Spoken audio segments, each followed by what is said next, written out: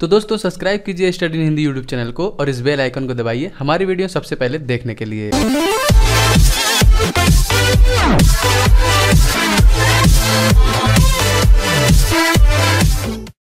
तो अब आप स्टडी हिंदी का मोबाइल ऐप भी डाउनलोड कर सकते हैं। आपको प्ले स्टोर से स्टडी हिंदी का ये एप्लीकेशन मिल जाएगा। इसका हमने सेकंड अपडेट लाया है। इसके पहले जिन्होंने डाउनलोड किया है उन्हें एक अपडेट का ऑप्शन मिलेगा, तो आप गूगल प्ले स्टोर पर जाकर उसे अपडेट कर लें। इस अपडेट से फायदा आपको ये होगा कि आपको डेली अब यहाँ पे द हिंदू से वोकैब मिलने वाले हैं और एक नोटिफिकेशन का हमने अपडेट किया, जैसे कोई भी एग्जाम अलर्ट है, कोई एडमिट कार्ड है, कोई इंपॉर्टेंट न्यूज़ है एग्जाम से रिलेटेड, तो हम सीधे आपको नोटिफिकेशन के थ्रू पहुंचा देंगे, जिससे कि आपको बहुत ज़्यादा हेल्प मिलेगी। तो अभी तक आपने हमारा ये ऐप डाउनलोड नहीं किया है तो आपको इस वीडियो के नीचे डिस्क्रिप्शन बॉक्स में लिंक मिल जाएगा या फिर आप प्ले स्टोर से डाउनलोड कर सकते हैं।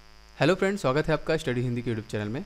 तो देखिए, भारत का भूगोल पे एमसीक्यू ये हमारा तीसरा पार्ट है। इसके पहले हमने 2 पार्ट अपलोड किया है। अगर आपने वो नहीं देखा है तो आपको ऊपर यहाँ पे आई बटन मिलेगा, आप यहाँ पे टैप करके देख सकते हैं, नहीं तो आपको इस वीडियो को नीचे डिस्क्रिप्शन बॉक्स में लिंक मिलेगा, आप वहाँ पे भी देख सकते हैं सारे वीडियो को।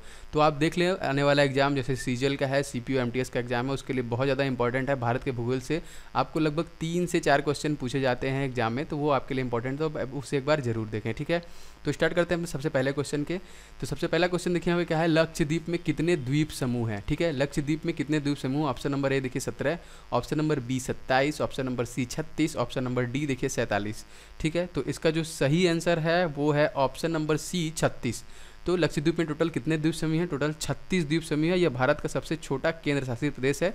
इसकी राजधानी देखिए है, इसकी राजधानी की अगर बात करें तो ये वो है कवरत्ती। ठीक है, कवरत्ती इसकी राजधानी है और इसमें टोटल 36 द्वीप समूह है। ठीक है, बढ़ते हैं अगले क्वेश्चन की तरफ। देखिए क्या है, अंडमान द्वीप समूह और निकोबार द्वीप समूह निम्नलिखित में से किसके द्वारा एक दूसरे से अलग किए गए हैं। ठीक है, अंडमान द्वीप समूह और निकोबार द्वीप समूह निम्नलिखित में से किसके द्वारा एक दूसरे से अलग किए गए हैं। ऑप्शन नंबर ए देखिए 10 degree channel, option number B की बात करें तो great channel, option number C देखिए बंगाल खाड़ी, ऑप्शन नंबर 4 की बात करें, अगर हम डी की बात करें तो अंडमान सागर। तो इसका जो सही आंसर है ऑप्शन नंबर ए देखिए सही है, 10 डिग्री चैनल, जो कि अंडमान द्वीप समूह और निकोबार द्वीप समूह को 10 डिग्री द्वारा एक दूसरे से अलग किए गए हैं, जो कि लिटिल अंडमान और निकोबार द्वीप समूह के मध्य है। ये किसके मध्य है, लिटिल अंडमान निकोबार द्वीप समूह के मध्य है 10 डिग्री चैनल, जो कि अंडमान द्वीप समूह और निकोबार द्वीप समूह को एक दूसरे से अलग करता है। ठीक है, अगला क्वेश्चन देखिए, जो यहाँ पे अंडमान निकोबार द्वीप में गद्दीदार चोटी सैडिल पिक कहाँ स्थित है। ठीक है, इसे सैडिल पिक भी कहते हैं, गद्दीदार चोटी जो हाईएस्ट उसका पिक है, गद्दीदार जिसको बोलते हैं हम। तो ऑप्शन इसका देखिए ग्रेट निकोबार, ऑप्शन नंबर 2 की बात करें मध्य अंडमान, ऑप्शन नंबर सी देखिए लिटिल अंडमान, ऑप्शन नंबर 4 की बात करें डी की तो उत्तरी अंडमान। तो इसका सही आंसर देखिए क्या है, इसके सही आंसर की अगर हम बात करें तो इसका जो सही आंसर है वो है ऑप्शन नंबर डी उत्तरी अंडमान। अंडमान और निकोबार द्वीप समूह के उत्तरी अंडमान में स्थित सैडिल पिक यह यहाँ की सर्वोच्च चोटी है। तो सैडिल पिक ये जो है यहाँ की क्या है, सबसे ऊंची चोटी है, सर्वोच्च चोटी है, और ये कहाँ पे है, उत्तरी अंडमान में स्थित है। ठीक है, बढ़ते हैं अपने अगले क्वेश्चन की तरफ, जो हमारा अगला क्वेश्चन है। देखिए, पश्चिम बंगाल की सीमाएं कितने देशों के साथ लगती है, ये हमारा क्वेश्चन है कि पश्चिम बंगाल की सीमाएं जो है वो कितने देशों के साथ लगती है। ऑप्शन ए देखिए यहाँ पे 1, ऑप्शन 2 बी देखिए यहाँ पे 2, ऑप्शन सी 3, ऑप्शन 4 की बात करें तो 4 सिंपल वही ABCD में 1 2 3 4 जोड़ा गया है यहाँ पे। तो इसका जो सही आंसर है वो है ऑप्शन नंबर सी 3। ठीक है, देखिए पश्चिम बंगाल की सीमाएं जो है कि वो देखिए किससे किससे है, देखिए बांग्लादेश पहला, दूसरे की अगर हम बात करें यहाँ पे नेपाल, और तीसरे की बात करें हम यहाँ पे भूटान। ठीक है, तो पश्चिम बंगाल की सीमाएं कितने देशों से मिलती हैं, तो सबसे पहला देखिए बांग्लादेश, नेपाल और भूटान, 3 देशों के साथ हम मिलती हैं। ठीक है, तो सही ऑप्शन क्या था, ऑप्शन सी 3। ठीक है, अगला क्वेश्चन देखिए, आंध्र प्रदेश और तमिलनाडु के तटीय भूभाग को क्या कहते हैं। आंध्र प्रदेश और तमिलनाडु के तटीय भूभाग को क्या कहते हैं या फिर कहते हैं। ऑप्शन नंबर ए देखिए Konkan, option number B Coromandel, option number C पूर्ण तट और ऑप्शन नंबर डी मालाबार तट। तो मैक्सिमम टाइम आपको ये क्वेश्चन देखने को मिला है, बहुत बार आपको ये क्वेश्चन देखने को मिला है। तो इसका देखिए सही आंसर आप लोगों को पता होगा, कोरोमंडल आपने मैक्सिमम टाइम देखा होगा, क्वेश्चन लगभग सभी SSC के एग्जाम में आपको पूछे जाते हैं। तो कोरोमंडल ही सही जो इसका आंसर है, कोरोमंडल के आंध्र प्रदेश और तमिलनाडु के तटीय भूभाग को कोरोमंडल तट कहते हैं, जबकि पश्चिम के केरल के तट को के देखिए लास्ट वाला जो ऑप्शन है हमारा मालाबार तट, इसको क्या कहते हैं, मालाबार तट, जो हमारा चौथा ये पश्चिम के केरल का जो भूभाग है उसे कहते हैं, और ये तमिलनाडु का जो तटीय भूभाग है इसे क्या कहते हैं, कोरोमंडल।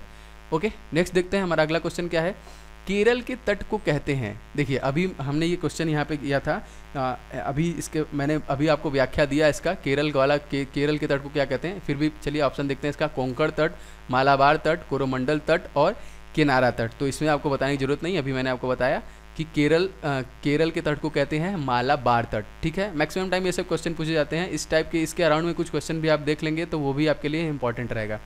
ओके, बढ़ते हैं नेक्स्ट क्वेश्चन की तरफ, अगले क्वेश्चन की तरफ बढ़ते हैं। देखिए भारत की सबसे लंबी सुरंग जवाहर टनल किस राज्य में स्थित है। भारत की सबसे लंबी सुरंग, सबसे पहले आपको 2 क्वेश्चन इसी में देखने को मिल गया। सब भारत की सबसे लंबी सुरंग कौन सी है, जवाहर टनल जिसका नाम है। ठीक है, उसके बाद वो ये बोल रहा है कि किस राज्य में है, आपको यहाँ पे ये पूछ रहा है किस राज्य में है। तो ऑप्शन नंबर ए देखिए जम्मू और कश्मीर, ऑप्शन नंबर बी की बात करें तो महाराष्ट्र, ऑप्शन नंबर सी की बात करें तो कर्नाटका, ऑप्शन नंबर डी की बात करें तो हिमाचल प्रदेश।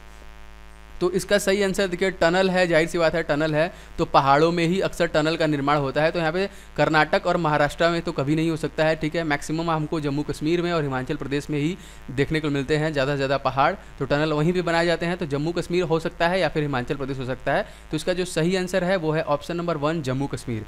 देखिए भारत की सड़क मार्ग की तत्कालीन सबसे लंबी सुरंग है जवाहर सुरंग थी, जो कि जम्मू और कश्मीर राज्य में बहिनाल दर्रे में स्थित है। बहिनाल दर्रे से होकर ही जम्मू कश्मीर मार्ग गुजरता है। वर्तमान में रोहतांग सुरंग भी भारत की सबसे लंबी सड़क सुरंग है।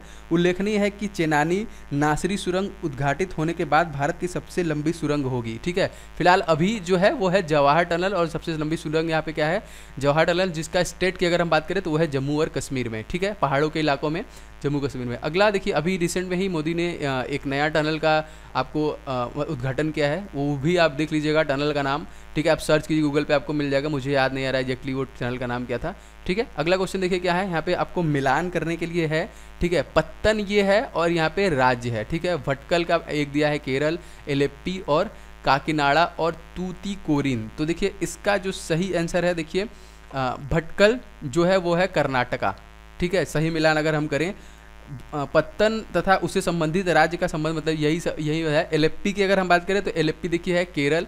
ठीक है, और काकीनाडा की बात करें तो ये देखिए है आंध्र प्रदेश जो हमारा चौथा है, और तूतीकोरिन जो है वो है तमिलनाडु। ठीक है, जो हमारा दूसरा बचा है तमिलनाडु। तो इस टाइप से आपको मिलान करने के लिए भी कुछ क्वेश्चन आते हैं। आपको कुछ स्टेट दे दिया जाएगा, उसका राजधानी पूछ लेगा, या फिर कुछ नदियाँ दे दी जाएगी, स्टेट दे दिया जाएगा, उसमें आपको बताना रहेगा, आपको मिलान करना रहेगा फटाफट कि कौन नदी कहाँ, मतलब अराउंड अगर 1-2 भी आप सर्च कर ले रहे हैं तो 1-2 तुक्के से भी हो जाएगा, लेकिन आपको इतना प्रिपेयर्ड होना है कि उसमें आपका तुक्का लगाने की जरूरत न पड़े। ठीक है, अगले क्वेश्चन की तरफ बढ़ते हैं। अगला क्वेश्चन देखते हैं, निम्नलिखित में से कौन सा राज्य 7 सिस्टर्स का सदस्य है। ठीक है, 7 सिस्टर्स का ये सदस्य है। ऑप्शन ए देखिए पश्चिम बंगाल, ऑप्शन बी की बात करें त्रिपुरा, ऑप्शन सी की बात करें उड़ीसा, ऑप्शन नंबर डी की बात करें तो बिहार। ठीक है, तो यहाँ पे देखिए पूर्वोत्तर भारत के 7 प्रमुख राज्यों को 7 सिस्टर कहा जाता है। ठीक है, पूर्वोत्तर भारत के जो 7 राज्य है 7 सिस्टर की अगर हम बात करें तो उसे हम क्या कहते हैं, 7 सिस्टर। ठीक है, उसमें से सदस्य जो 7 सदस्य हैं, मैं आपको नाम बता दे रहा हूँ, आपको आंसर तो ऑलरेडी मिल जाएगा। सबसे पहला देखिए है अरुणाचल प्रदेश। अगर इससे रिलेटेड अगर आपको कोई क्वेश्चन आता है तो आप वो भी कर लेंगे, इसीलिए मैं यहाँ पे डिटेल आपको दे रहा हूँ। अरुणाचल प्रदेश। दूसरे की अगर बात करें देखिए वो है नागालैंड। अगर हम तीसरे की यहाँ पे बात करें तो वो है देखिए मणिपुर। ठीक है, अगर हम चौथे की यहाँ पे बात करें तो चौथा है हमारा त्रिपुरा। 5वें की अगर हम बात करें तो वो है मेघालय। ओके, 6वें की अगर हम बात करें तो वो है असम। और 7वें की बात करें तो वो है हमारा मिजोरम। तो यहाँ पे क्या बोल रहा है, मिजोरम। ठीक है, यहाँ पे क्या बोल रहा है, निम्नलिखित में कौन 7 सिस्टर का सदस्य है। तो ऑप्शन नंबर यहाँ पे बी सही है, त्रिपुरा जो है वो 7 सिस्टर्स का यहाँ पे सदस्य है। ठीक है, ऑप्शन नंबर बी। यहाँ पे देखिए 7 में अरुणाचल प्रदेश, नागालैंड, मणिपुर, त्रिपुरा, मेघालय, असम और मिजोरम। ठीक है, ओके, अगला क्वेश्चन देखिए, नेक्स्ट क्वेश्चन, निम्नलिखित भारतीय राज्यों में किस राज्य की कोई समुद्री सीमा नहीं है।